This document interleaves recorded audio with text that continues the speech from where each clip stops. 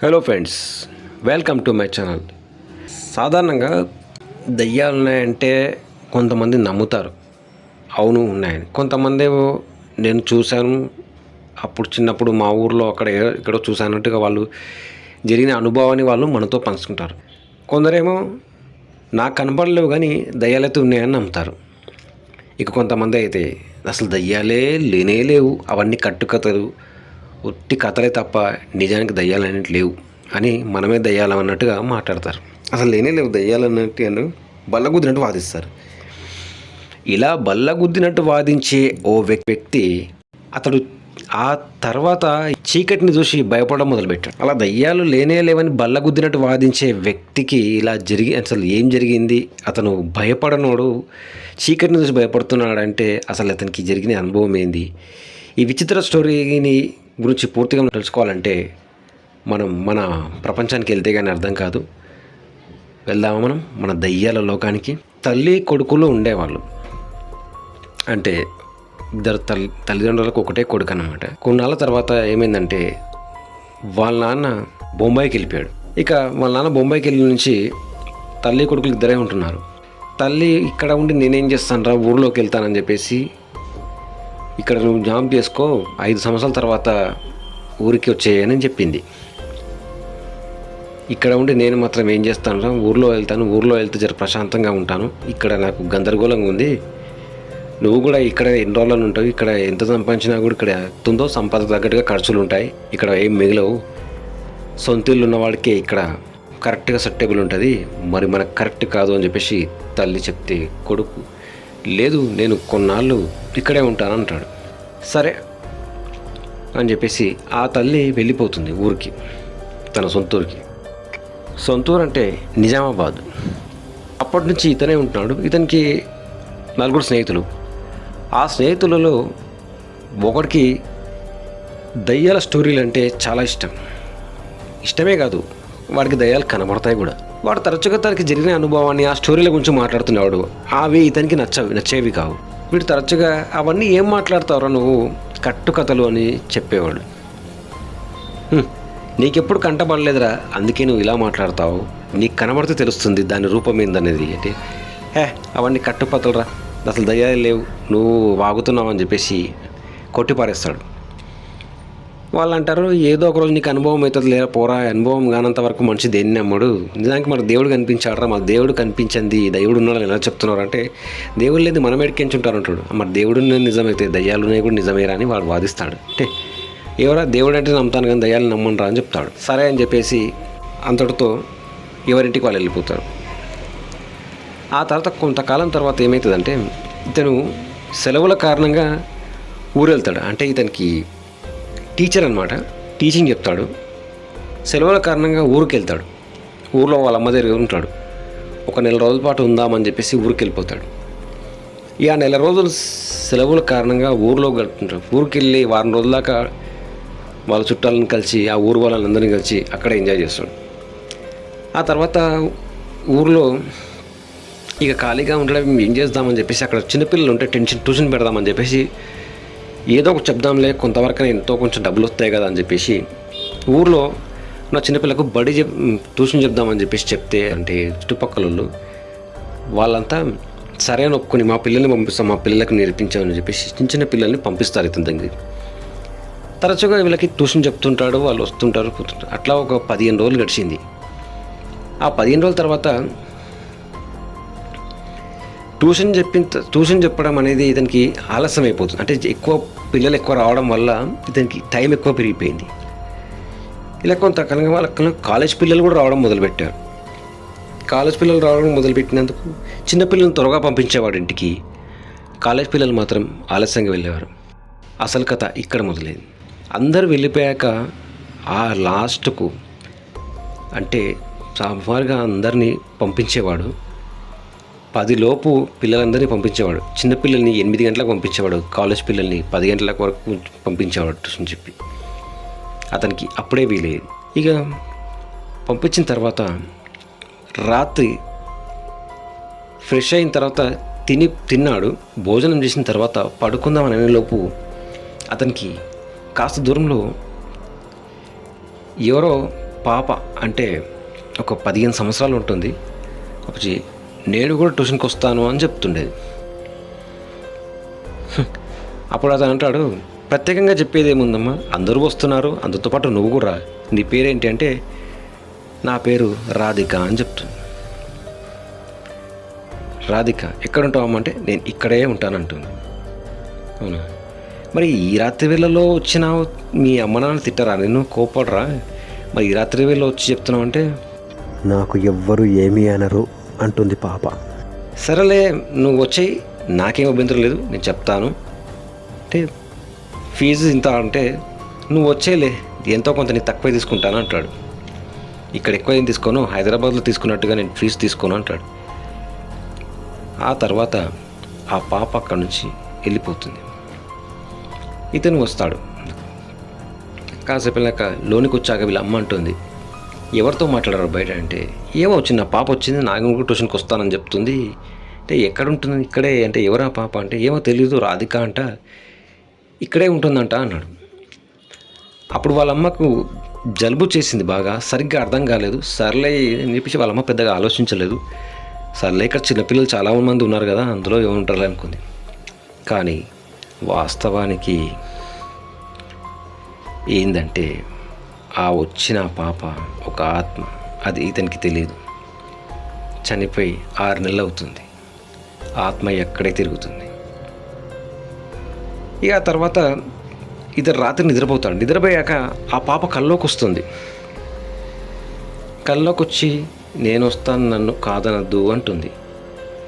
ఆ తెల్లని వస్త్రాలతో, అదే కనిపించినప్పుడు ఎలా వస్త్రాలతో ఉండేనో అదే వస్త్రాలతో కల్లోకి వస్తుంది. ఆ రాత్రి కల్లోకి వచ్చినప్పుడు అతను ఏం చేస్తాడో, ఏం మాట్లాడుతూ లేదు, కానీ ఆ అమ్మాయి కనబడ్డట్టుగా కల్లోకి రాగానే ఉలిక్కపడి లేస్తాడు. ఉలిక్కపడి లేచిన ఇతనికి, అదేంటి రాత్రి ఈ పాప కల్లోకి వచ్చింది ఏంటి అనుకుంటాడు. సర్లే అని చెప్పేసి లేసి 3:30 అవుతుంది. సర్లే 3:30కి ఇప్పుడు లేసి ఏం చేయాలని చెప్పేసి మరి నిద్రపోయి సరిగ్గా లేసరికి 7 అవుతుంది టైం. వాళ్ళమ్మ రొట్టెలు చేస్తూ ఉంటుంది. లేచి బ్రష్ చేసిన తర్వాత కాఫీ తాగుతాడు. కాఫీ తాగుతూ వాళ్ళ అమ్మతో ఇలా అంటాడు, అమ్మ రాత్రి నాకు ఇలా కల్లోకి వచ్చిందమ్మా, మాట్లాడిన పాపే అంటే, ఎవర్రా ఇంతకు ఆ పాప అంటున్నావు, రాధిక అంటున్నావు? ఇక్కడ రాధికనే పిల్లలు 3 ఉన్నారా, మరి ఏ రాధికో తెలియదు, ఒక పాప కూడా చనిపోయిందిరా, ఇక్కడ పిల్ల పేరు తెలియదు, నేను మర్చిపోయానంటుంది వాళ్ళమ్మ. అవునా, సరే అమ్మా, మరి ఏమో తెలియదు, కానీ సర్లే వస్తే చెప్తాను.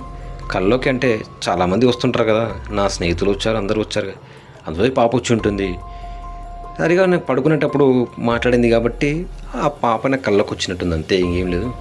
సర్లే వస్తే వచ్చినాక నీకు చూపిస్తానులే అంటాడు. సర్లేరా, ఎక్కువ మందిని పెట్టుకోకు, నీకే ఇబ్బంది అవుతుంది, ఇప్పుడు గున్నగాడికి చాలులే, ఈ పాపను మాత్రం పెట్టుకో అంటుంది. వాళ్ళమ్మ కూడా ఆ పాప అన్నది తెలియదు. ఒకవేళ ఫేస్ చూస్తే మాత్రం వాళ్ళమ్మ గుర్తుపట్టగలదు. కానీ ఆ మర్నాడు అందరూ ట్యూషన్ పిల్లలు వచ్చారు. పిల్లలు వచ్చాక ట్యూషన్ చెప్పడం మొదలుపెట్టాడు. అందరికి చెప్పిన తర్వాత 8 అవ్వగానే చిన్నపిల్లల్ని పంపించేశాడు. ఆ తర్వాత కాలేజ్ పిల్లలకు చెప్తూ 10 అవ్వగానే వాళ్ళని పంపించేశాడు. కాస్త ఒక 5 నిమిషాలు ఎదురు చూస్తాడు. వస్తా అన్న పాప రాలేదేంటి, ఖచ్చితంగా వస్తా అని చెప్పింది అనుకుంటే, మళ్ళీ రాత్రి ఇక తినేసి పడుకుంటాడు. సర్లే వస్తా అని చెప్పిందంటే, అన్న రోజుకి ఒక ఇంకా ముందు ఉంటుంది కదా, సరే రేపైనా వస్తుందేమో అనుకుంటాడు. కానీ రాలేదు. రాత్రి కల్లోకి మళ్ళీ ఆ పాప వచ్చి, అంకుల్ నేను వస్తాను, నన్ను రానివ్వట్లేదు అంటుంది. రానివ్వట్లేదు ఏంటి? ఆ కళ్ళలో తనకు అర్థం కాదు. ఆ కళలో కదా, కళ్ళలో ఏముంటుంది, కనబడితే మనం నిజంగా ఫీల్గాం కదా, అది కళ్ళ కాబట్టి అలా వచ్చి చెప్పినట్టుగా అతనికి కనబడుతుంది. నేను వస్తాను అంటున్నాను, కానీ నన్ను రానివ్వట్లేదు, మీ గేట్ లోపలికి రానివ్వట్లేదు అంటుంది. గేట్ లోపలికి ఆ మర్నాడు నిద్రలేస్తున్న తర్వాత ఇది ఏదో ఉన్నట్టుంది అని వాళ్ళ అమ్మతో మాట్లాడుతుంది. అమ్మ పాప మళ్ళీ కళ్ళకి వచ్చింది, గేట్ లోపలికి రానివ్వట్లేదు అంటుంది. ఆ పాప ఎవరమ్మా ఇంతకని చెప్పేస్తుంటే, ఏమో రా నువ్వు చెప్తున్నా, ప్రతి రోజు చెప్తున్నావు, పాప ఇంతకి ఎక్కడైతే ఒక పాప చనిపోయింది రాత్రిపూట కూడా ఏవో శబ్దాలు వస్తుంటాయంట అంటే అలాంటిది ఏముండదు, నాకు రాత్రి మనకు రాత్రి కనిపించింది, మాట 2 నిమిషాలు కల్లోకి వచ్చింది అంటే నేను బాగా ఆలోచించడానికి వచ్చింది అనుకుంటూ పడిస్తాను. వాళ్ళ అమ్మ అంటుంది అలా అనుకోదురా, తెలీదు నేను చూస్తానని చెప్పేసి వాళ్ళ అమ్మ ఏం చేస్తుందంటే సర్లే 2 రోజుల తర్వాత నేను చూస్తాను అని చెప్పేసి. అసలు పాప ఎలా ఉంటుందో నేను చెప్పలేనమ్మా, గుర్తుపడతాను. ఆ రోజు ట్యూషన్ హాలిడే ఇస్తాను ఇచ్చి అందరికీ పలకరిద్దామని చెప్పేసి ఊర్లో ఇంకొక ఇంటికి పొద్దున పోయిన తర్వాత అక్కడికి ఇంట్లో తిరుగుకుంటూ ఎంజాయ్ చేసిన ఫ్రెండ్స్తో అక్కడ ఊళ్ళో వచ్చిన ఫ్రెండ్స్తో ఏ ఊళ్ళో వాళ్ళ ఇంటికి వీళ్ళకి తిరుగుతుంటాడు. అందులో ఒక ఇంటికి వెళ్తాడు.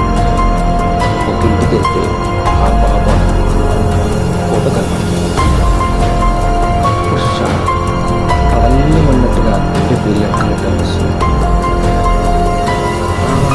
పాపని నేను చూసాను, పొద్దున ట్యూషన్కి వస్తాను అనుకుని స్నేహితుల ముందు అడగకుండా ఏం చేస్తాడంటే సైలెంట్గా ఉండిపోయి స్నేహితులు వెళ్ళిపోయాక మళ్ళీ తిరిగి వెళ్దామనుకుంటాడు ఇంటికి.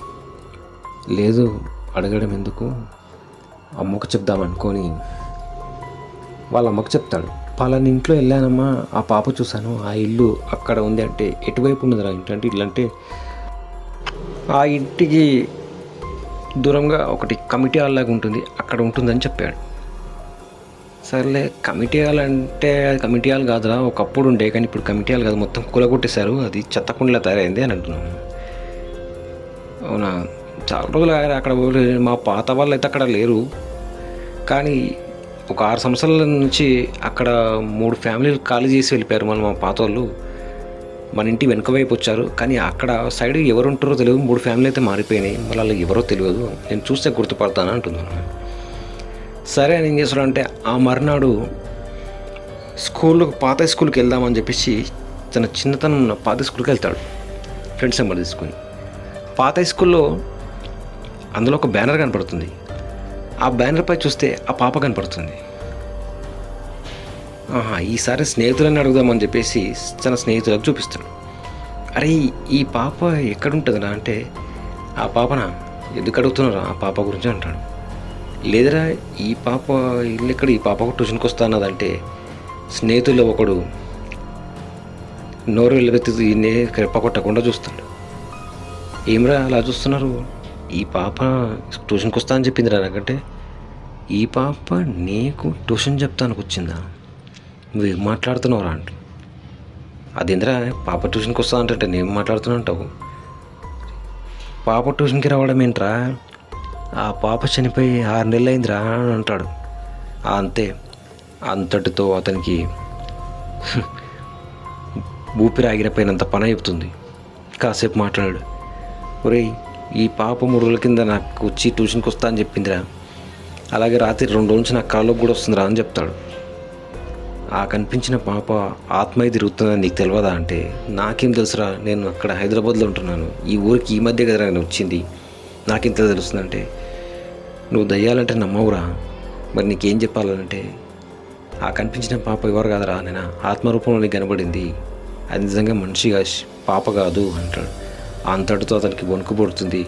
ఆ క్షణమే పెయ్యంత చల్లగా అయి అక్కడి నుంచి లేదురా నాకు భయం అవుతుంది, నేను వెళ్ళిపోతాను అనిపించి నన్ను ఇంటికి దాకా వదిలేయండిరా అని చెప్తే స్నేహితుడు ఏరా దయ్యాలంటే నమ్మనోడివి బల్ల గుద్ది నుంచి వాడించినావు కదా, ఏరా మరి ఈనాడు ఎందుకు భయపడుతున్నావురా, దయ్యాలు లేనే లేవన్నావు కదా అంటే లేదురా నాకు భయం అవుతుంది, నాకు ఎప్పుడు ఇలాంటి అనుభవం కాలేదంటే గదేరా అనుభవం అయితేనే ఎవడైనా నమ్ముతాడు, అనుభవం కాదు ఎవడు నమ్మడు, నువ్వైనా మేమైనా అంతే అని స్నేహితులు చెప్పి అతన్ని ఇంటి దగ్గర వదిలేసి మర్నాడు కలుస్తాం రా అని చెప్పి వెళ్ళిపోతాడు. ఆ క్షణం ఇంట్లోకి వెళ్ళాక మంచం మీద పడుకొని ఆలోచిస్తుంటాడు. వాళ్ళమ్మ భోజనం రెడీ చేశాక తిందామని పిలుస్తుంది. ఎంత పిలిచినా పలకాడు. అరే ఏమైందిరా నీకు ఇంతగా ఆలోచిస్తున్నావు, భోజనం రెడీ అయింది తిందరా అంటే అమ్మా నీకు ఒకటి చెప్పాలా, ఇవాళ ఆ పాపను స్కూల్లో బ్యానర్లో చూశానమ్మా అని అంటాడు. అనమంటుంది ఎవరో ఆ పాప కనబడింది అంటున్నావు, కల్లోకి వచ్చింది అంటున్నావు, ట్యూషన్కి వస్తా అంటున్నావు, ఎవరు అంటే లేదా మా స్నేహితులు చెప్పారు ఆ పాప చనిపోయి 6 నెలలు అయిందంట, ఇక్కడే చాలామందికి ఆత్మయ్య కనిపించిందంట అంటే ఆహా నేను చనిపోయిందని చెప్పిన పాప ఆ రోజు రాత్రి వచ్చి నీతోనే మాట్లాడిందా? ఎక్కడ మాట్లాడిందిరా అని చెప్తే, అక్కడ దూరంగా మన ఇంటికి ముందు ఆ చీకట్లో చెట్టు కింద కనపడిందమ్మా అంటాడు. ఒరేయ్, అది ఆత్మహత్య తిరుగుతుందిరా. అది ఆ పిల్లకు చెట్టాపట్ల పిల్ల బాగా చలాకీగా అందరితో ఆడుతుండేది, కానీ చనిపోయిన నుంచి అందరి మీద ప్రేమ ఎక్కువ దానికి. అందుకే ఎవరిని వదలలేక ఈ ఊరినే పట్టి తిరుగుతుంది, అక్కడక్కడ కనపడుతుంది. నా ఇంటికి వచ్చేదిరా, అప్పుడు నేను రొట్టెలు పెట్టేది, రొట్టెలు బాగా తినేది. నీవు చేసే రొట్టెలు కర్రీ బాగుంది అనేది ఓకే. అందుకే మన ఇంటి వైపు రాత్రి వేళ కూడా నాకు అప్పుడప్పుడు శబ్దాలు వస్తాయిరా అని చెప్పేది వాళ్ళమ్మ. మరమ్మ నేను రాత్రి ఇంట్లో ఉంచుంటాను, నా పక్కన పడుకుని నీ దగ్గర పడుకుంటా అంటాడు. ఏమ్రా దయ్యాలంటే నమ్మనోడివి ఇవాళ ఇంత భయపడుతున్నావా అని అంటుంది. లేదమ్మా, నా జీవితంలో మొట్టమొదటిసారిగా నాకు ఈ అనుభవం అయింది. అసలు ఆ పాప కల్లోకి రావడము, నాతో మాట్లాడడం అనేది నాకు ఇంతవరకు ఎప్పుడు ఇలాంటివి జరగలేదు అంటాడు. వాళ్ళం సరేలే పట్టుకుంటాం, రేపు పోయి నీకు ఆంజనేయ స్వామి గుళ్ళో తాయిత కట్టిస్తానులే అంటుంది. అంతే. ఆ క్షణం నుంచి అతను చీకటిని చూస్తే భయపడడం మొదలుపెట్టాడు. ఆ ఊరు దాటి ఆ భయానికి ఆ ఊరిలో ఉండలేక ఆ ఊరు వదిలి మళ్ళీ హైదరాబాద్ తిరిగి వచ్చేస్తాడు. వచ్చి అందరితో గట్టిగా వాదించి అతను మౌనంగా ట్యూషన్ చెప్తూ ఉంటాడు. అది గుర్తుపట్టిన ఇక్కడ స్నేహితులు, ఎలా డల్గా ఉన్నావు, కాసేపు బయటికి వెళ్ళి బిర్యానీ తినొద్దాం దారా అంటే, లేదురా నేను రాను, నాకు భయంగా ఉంది అంట. అరే నువ్వేంటి భయమైందిరా, నీవు భయపడమేందిరా అని ఎగతాళి చేస్తారు. లేదరా అని చెప్పేసి ఊర్లో జరిగినదంతా చెప్తాడు. స్నేహితులకు ఆశ్చర్యపోతారు, కానీ కాస్త నవ్వుకుంటారు కూడా. దయ్యాలు లేవని వాదించేటోడివి బల్లగుద్దినట్టు మరి ఈరోజు అనుభవం జరగనే ఎలా నమ్ముతున్నావురా అంటే, నమ్మాల్సి వస్తుందిరా అంటే, అది ఎవరికైనా అనుభవం అయితే జరుగుతుంది, అనుభవం వస్తేనే తెలుస్తుంది. దయ్యాలు ఉన్నాయి, దేవుడు ఉన్నాడు, మంచి ఉంది, చెడు ఉంది, ఆత్మలు ఉన్నాయి, పిశాచాలు ఉన్నాయి, ప్రేత పిశాచాలు ఉన్నాయి. అవి కొంతమందికి మాత్రమే అనుభవం అయితేరా, నీకు అర్థం కాదు. నువ్వు చదువుకొని స్కూల్ మాస్టర్ లాగా ఉన్నావు కాబట్టి నీకు ఇలాంటివి నమ్మబుద్ధి కాదు. ఇప్పుడు అనుభవం అయిందా అంటే, నిజంగా అనుభవం అయింది, దయ్యాలు ఉన్నాయిరా, నాకు అనుభవం అయింది. అరే అప్పుడప్పుడు వచ్చి కలుస్తుండరా, నన్ను ఒంటరిగా వదిలిపెట్టకండి అంటాడు. లేదురా, నీకెప్పుడు మేము తోడే ఉంటాం, మాకు తెలుసు వాటి గురించి, మేం భయపడకలే. అది మీ ఊర్లో ఉన్నప్పుడు మీ ఊర్లో ఉంటుంది, కానీ మీ ఊరు దాటి అదన సిటీకి అయితే రాదురా, అంత దూరం అయితే అని అంటారు. ఏమోరా, నాకు ఆ రోజు నుంచి భయం చుట్టుకుంది, అందుకే ఊర్లో ఉంటే భయం అయింది, మా అమ్మని పంపించేసింది నన్ను అంటాడు. సో ఫ్రెండ్స్, ఇలా దయ్యాలు లేవని బల్లగుద్ది వాంచిన వ్యక్తికి ఓ విచిత్ర సంఘటన ఎదురయ్యింది. అదే ఈ సంఘటన. అప్పటి నుంచి అతను చీకటిని చూసే బాధపడి మొదలుపెట్టాడు, ఒంటరిగా ఉండడం మానేశాడు. తన రూమ్లో ఇంకొకరిని చేర్చుకున్నాడు, తనతో పాటు మరొక వ్యక్తిని ఉంచుకుని ఆ వ్యక్తితోనే ఉంటున్నాడు. ఒంటరిగా ఉండాలంటే భయపడుతున్నాడు. సో ఫ్రెండ్స్, దయ్యాలు లేవని నమ్మే వాళ్ళకి కూడా ఇలాంటి అనుభవం ఎదురేక మాత్రం ఖచ్చితంగా నమ్ముతారు. సో నేను మాత్రం చెప్పగలను, దయ్యాలు ఉన్నాయి, ఆత్మలు ఉన్నాయి, అంతే. సో ఫ్రెండ్స్, ఈ వీడియో కోసం వస్తే లైక్ చేయండి, షేర్ చేయండి. మరిన్ని వీడియో కోసం నా ఛానల్ సబ్స్క్రైబ్ చేయండి. మరొక జరిగిన సంఘటనతో మీ ముందు ఉంటాను. అంతవరకు సెలవు, నమస్తే, బాయ్.